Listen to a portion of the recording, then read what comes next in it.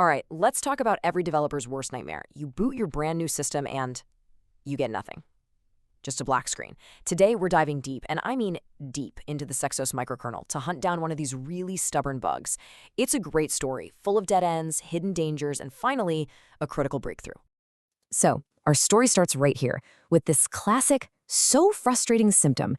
You boot the system, you're watching the logs, and everything looks okay, but the screen itself is just completely, utterly black. There's no crash, no helpful error message, just nothing. This is the point where you might be tempted to just walk away, but for us, this is where the investigation gets really interesting. So where do you even begin? Well, you look for signs of life, and when we check the serial logs, we actually find one. The kernel scheduler is ticking away perfectly. It's switching between different processes, which in SexOS are called protection domains, basically just little sandboxes for code, in a nice, clean loop. The heart of the OS is beating. So that's not the problem. And here's where the plot thickens. We find our second clue. A core security feature is working just as it should. See, SexOS uses something called Intel Memory Protection Keys, or MPK. You can think of it like giving each process its own special key to access its slice of memory. And the logs show that this hardware-level isolation is on, and more importantly, it's not faulting. The walls between processes are holding strong. And get this, it gets even weirder. It's not just the kernel scheduler humming along. All the key system servers are alive and kicking. I'm talking about the display server, the one that actually owns the screen, the shell, which is supposed to be drawing the desktop, even the file manager. They're all loaded up and getting their turn on the CPU. So this is the central mystery, right? If the scheduler is running, the hardware protection is up, and all the critical processes are alive and well, then why is the screen visually dead? Where is the signal getting lost? Okay, so our first suspect isn't a crash, but a communication breakdown. You know, when you're stuck, sometimes it helps to get a second opinion. We fed the logs to an AI assistant, and it immediately spotted a key pattern. This isn't a dead system. This is a system that isn't talking to itself correctly. And that leads us to this idea of a headless compositor graph. Just imagine a painter, that's our display server, standing in front of a giant canvas, which is the frame buffer. The painter is ready to go, the brushes are clean, the paint is mixed, but nobody has told them what to paint. So what do? They just stand there, resulting in a perfectly rendered, completely empty black canvas. The real problem, it turns out, is in the inter-process communication contract, the IPC. In a microkernel like this, processes talk to each other through these predefined slots. Think of it like a switchboard. Now, as you can see here, the shell is supposed to use slot 5 to call the display server and say, hey, create a window. But that connection was never actually plugged in. The phone line was dead. So you'd think, okay, let's just plug in the wire and we're done, right? Well, not so fast. As we patch that missing connection, we peel back a layer of the onion and find something way more subtle and honestly a lot more dangerous. A fragile bug in the very language the kernel uses to talk to its apps.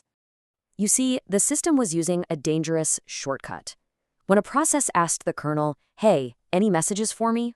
The kernel would just put a 0 in a register called racks to mean, nope, nothing here. But here's the ticking time bomb.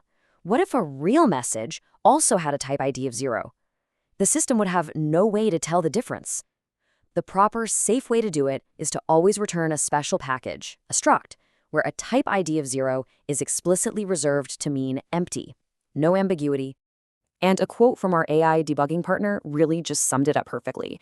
The system only worked before by pure luck, just because no message happened to use that 0 ID.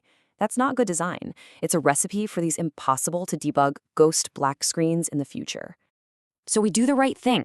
We harden that system call, we make it formally safe, we get rid of the ambiguity, we reboot the machine, holding our breath, thinking, this is it, pixels. But instead of a fix, bam, we get a much more dramatic failure, a full-blown kernel panic. Now, a kernel panic looks terrifying, but honestly, this is the best thing that could have happened. A silent bug has just turned into a loud one. The kernel is now screaming at us, telling us exactly what went wrong.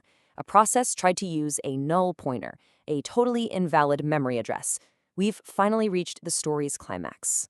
The panic log is like a smoking gun. It points directly at the Silk shell, and it crashed at the exact moment it tried to contact the display server. This tells us the true root cause.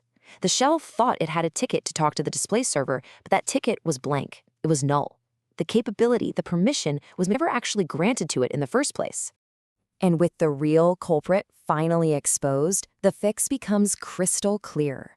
It's not just one little patch. It's a coordinated two-part fix that has to happen in both the kernel, which grants the permissions, and in the application that uses them. So here's the plan. First, in the kernel's startup code, when it creates the shell process, it now has to explicitly create and grant it a valid capability handle. It's like a bouncer at a club actually handing you a valid VIP pass. Then, part 2, the client-side code has to be updated to safely check that the pass is real before trying to use it. No more just assuming the bouncer did their job right. All right, the final patch is applied. Now comes the moment of truth. We have a clear checklist of what we expect to see in the logs. We're going to watch it like a hawk. Do we see the shell log pop up? Check. Do we avoid those scary failure messages? Check. Does the display server get the right message type? Let's see. And finally, does it confirm the test pane is done? So let's do it. Let's watch the boot log after applying this final comprehensive patch and see the result of this whole debugging adventure. And there it is, our first sign of success, a beautiful log message from the client library confirming it has safely found the capability for slot 5. It says, OK, the connection is live, and it's even running under that hardware memory protection we talked about. Awesome. And then this, the handshake. The display server chirps up and says, hey, I got a message. And it's the right one, type ID 0xDE, the create window command, coming from protection domain 3, which is our shell. The broken IPC link that caused this whole mess is finally forged. It's working. And finally, the moment we've all been waiting for, a little piece of test code in the display server fires and it paints the entire screen bright red. Now, this isn't just a pretty color. This is proof of life. It proves that the entire chain, from the shell making a request through the kernel's secure messaging to the display server drawing on the screen, is working from end to end. The black screen is defeated.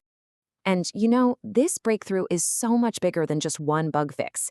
Getting this core communication channel working was phase 25 of the project plan. It was the keystone. It unblocks everything that comes next, routing keyboard and mouse events, accessing files, and eventually building a full dynamic desktop environment. This whole journey, right, from a silent black screen to a loud kernel panic to a single message lighting up the very first pixels, it really highlights a crucial point about how we build modern systems. We spend so much time worrying about the code inside our little boxes. But maybe the greatest challenge and the most important boundary for both security and stability isn't in the code itself, but in the explicit, provably correct contracts we define between all those isolated parts.